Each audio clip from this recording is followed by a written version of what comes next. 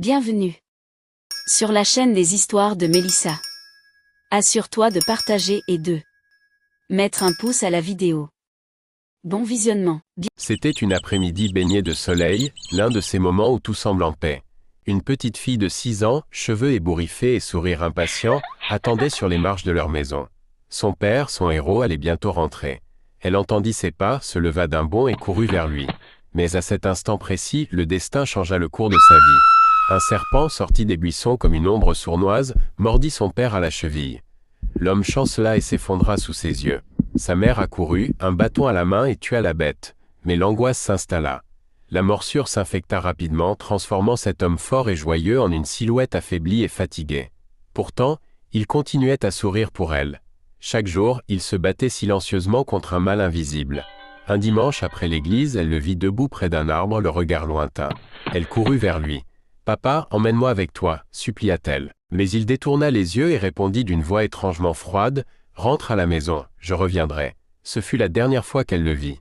Ce soir-là, des hommes frappèrent à leur porte. Leur visage était sombre, leurs mots pesants. « Votre mari a eu un accident. Il ne reviendra pas. » Elle sentit son monde s'effondrer.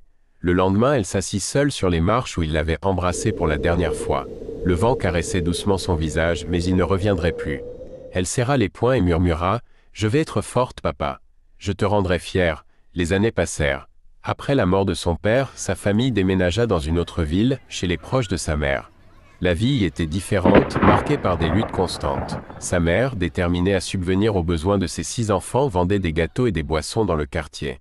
Mais tout changea lorsqu'un autre homme entra dans leur vie. Cet homme, d'abord bienveillant, révéla bientôt une face sombre. Les disputes étaient fréquentes et la violence s'invita dans leur maison.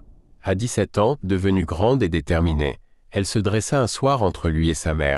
« Arrête !» cria-t-elle. « Je ne veux pas perdre ma mère comme j'ai perdu mon père. » Ces mots, criés dans la douleur, marquèrent un tournant. Malgré les obstacles, elle continua à se battre. Mais la pauvreté eut raison de ses études, qu'elle dut abandonner prématurément. C'est à cette époque qu'elle rencontra un jeune homme. Attentif et bienveillant, il devint un pilier dans sa vie. Ils se fiancèrent et il l'aida à reprendre une formation en comptabilité. À 26 ans, elle décrocha un poste d'aide comptable. Enfin, la vie semblait lui offrir une accalmie. Mais le bonheur était fragile. Le second mari de sa mère tomba malade et mourut. Malgré les mauvais souvenirs, elle organisa ses funérailles avec dignité, voulant honorer sa mère. Mais cette nouvelle perte réveilla des blessures enfouies, puis vint ce rêve. Une nuit, elle vit son père dans un paysage flou et sombre. Il fouillait une poubelle, hagard, le regard perdu. Ce rêve la troubla profondément. Était-ce un message, une mise en garde? Le lendemain, alors qu'elle ramenait une collègue chez elle, elle vit quelque chose qui la figea. Sur une route déserte, sous un lampadaire vacillant, un homme fouillait une poubelle. Elle s'arrêta brusquement. « Regarde » murmura-t-elle. « Cet homme, c'est mon père. » Sa collègue, interloquée, fixa l'homme. « Il lui ressemble.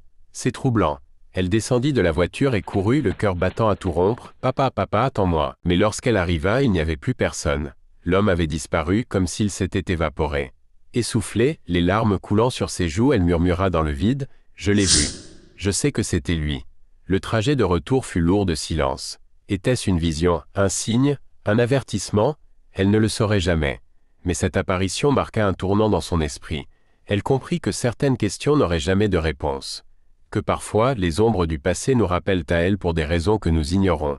Mais une chose était sûre.